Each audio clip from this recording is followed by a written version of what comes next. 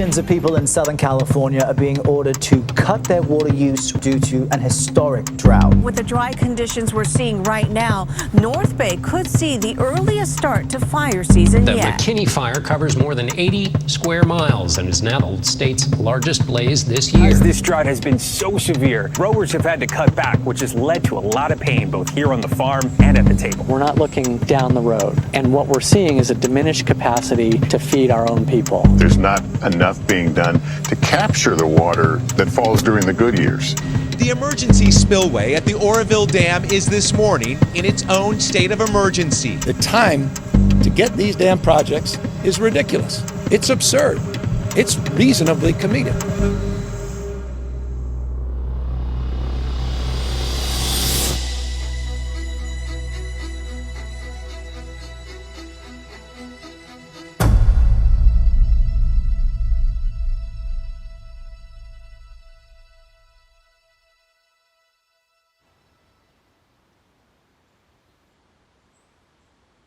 What's the time we need water most in California is August, September, and October before the storms come, and this is going to be very low.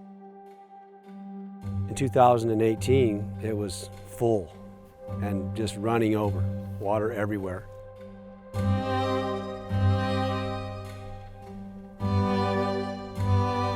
Some of this water right here in Northern California ends up in Los Angeles. Think about that, it's crazy.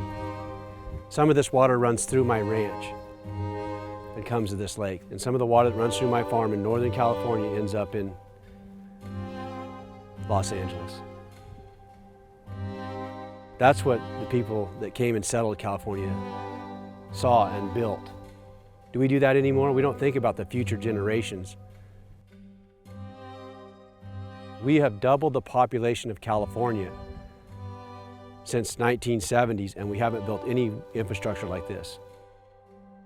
There's a proposal to build Sites Reservoir, which is just right down here in Colusa County, and it's off stream. It's not on the river like this is. It would take the water and pump it into a reservoir, 1.2 million acre feet of water when we have high wet years like we did in 2018.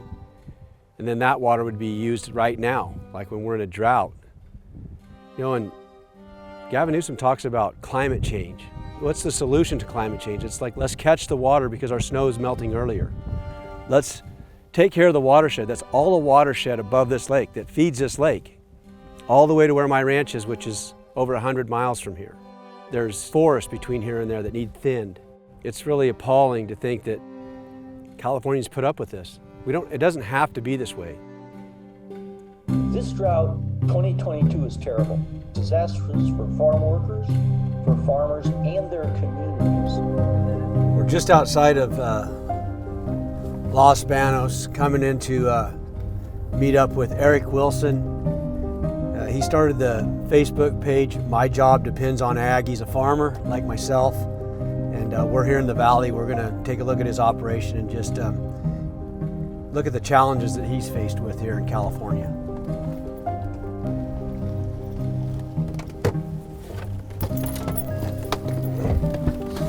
Hey. Long drive? Yep. How's it going? Good Great. to see you. Nice to meet you, sir. Yep.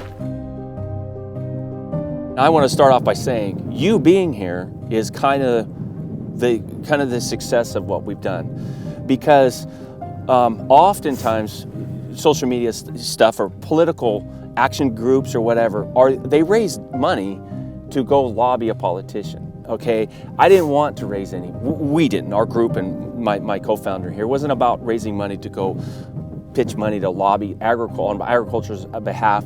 We wanted to go to the people who are our consumers and tell them, look, agriculture is bigger than you think. It's important, and does your job depend on agriculture? Is kind of the theme of it all. If you really think about it, there's no economy on Earth, or no civilization on Earth that has thrived when you don't have food security, or when you don't have an abundant food supply. You don't do the arts, you don't do the sciences, you don't do the creativity. And I'm not asking for a pat on the back. I'm just asking people to reevaluate and say, does my job depend on agriculture? And I bet if you think about it, some ways you're gonna find out that there's a piece of it that does. The minimum, you're nourished from it. Eric, I was thinking about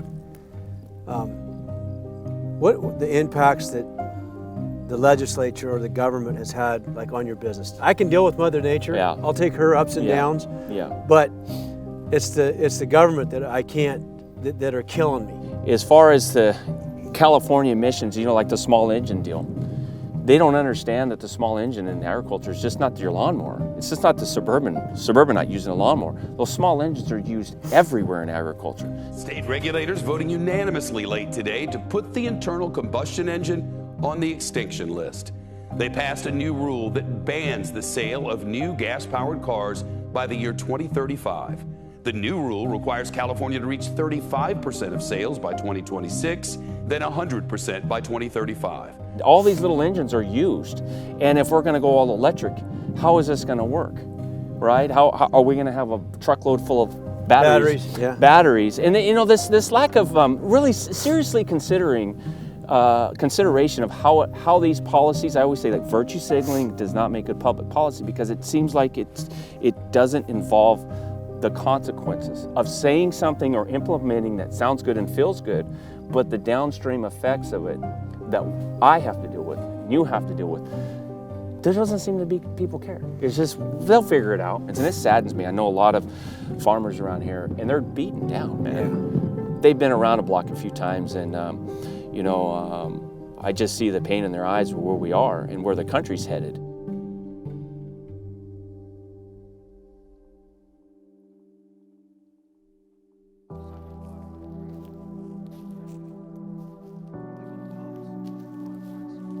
Look at that duff. Look how thick that is. Right. That's all burned. Sucking it up. Yep.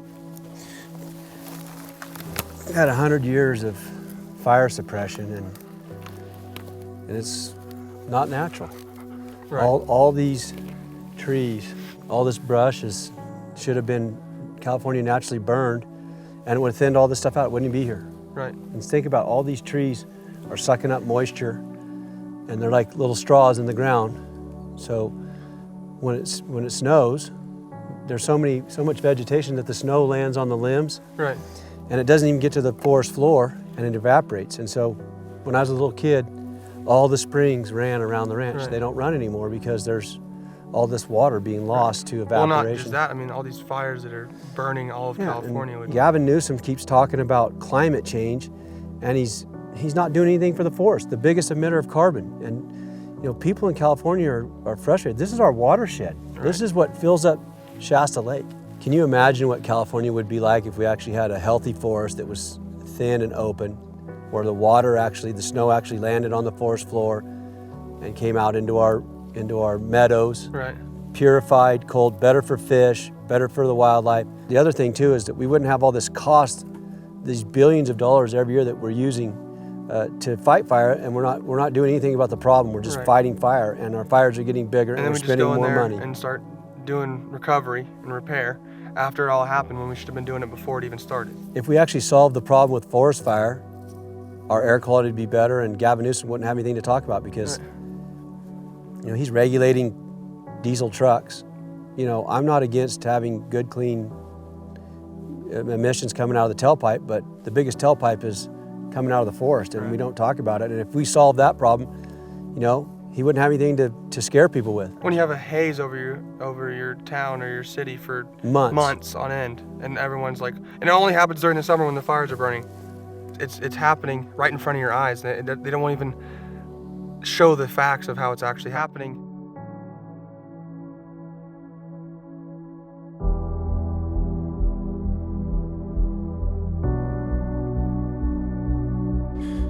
Thank you, Mr. President, members. I rise today to just put out some facts. In the first 3 months of 2018 were the wettest period of time in the history of our state since we've been keeping records. Now look, this debate is not about climate change. This is about what are we going to do during climate change and how are we going to take care of Californians. This state has not built any new water storage since the 60s, 1965 Oroville Dam. We have an opportunity to build Sites Reservoir, which was allocated in the Prop 1 bonds, but it's not been built. And we have literally billions of dollars in our budget right now. We should be building the Sites Reservoir Offstream Storage Project, which benefits fish and the habitat, it benefits farms, it benefits municipalities, and quite frankly, will reorganize the delta so we can use the water more efficiently. We talk about conservation. You can only conserve so much water. We have doubled the population of California, and we need to build more storage. And the biggest reservoir in the state is not Shasta or Oroville or Folsom dams. The biggest reservoir is the Sierras, where above those dams are the watersheds that feed those lakes and feed our rivers. Last year, the Dixie Fire, the largest fire in the state of California, burned almost 1 million acres. That's the watershed that feeds Oroville Dam. We need to do good conservation in our forest. We need to be thinning our forest so that fire can go through and allow that water to be captured and stored in our meadows and come out into our streams later at a later time of the year. So I just want to share that, we talk about conservation in this legislature every day, but we don't talk about creating new water and more water. The population is growing in California, and we need to build more reservoirs and be smart with our environment during climate change.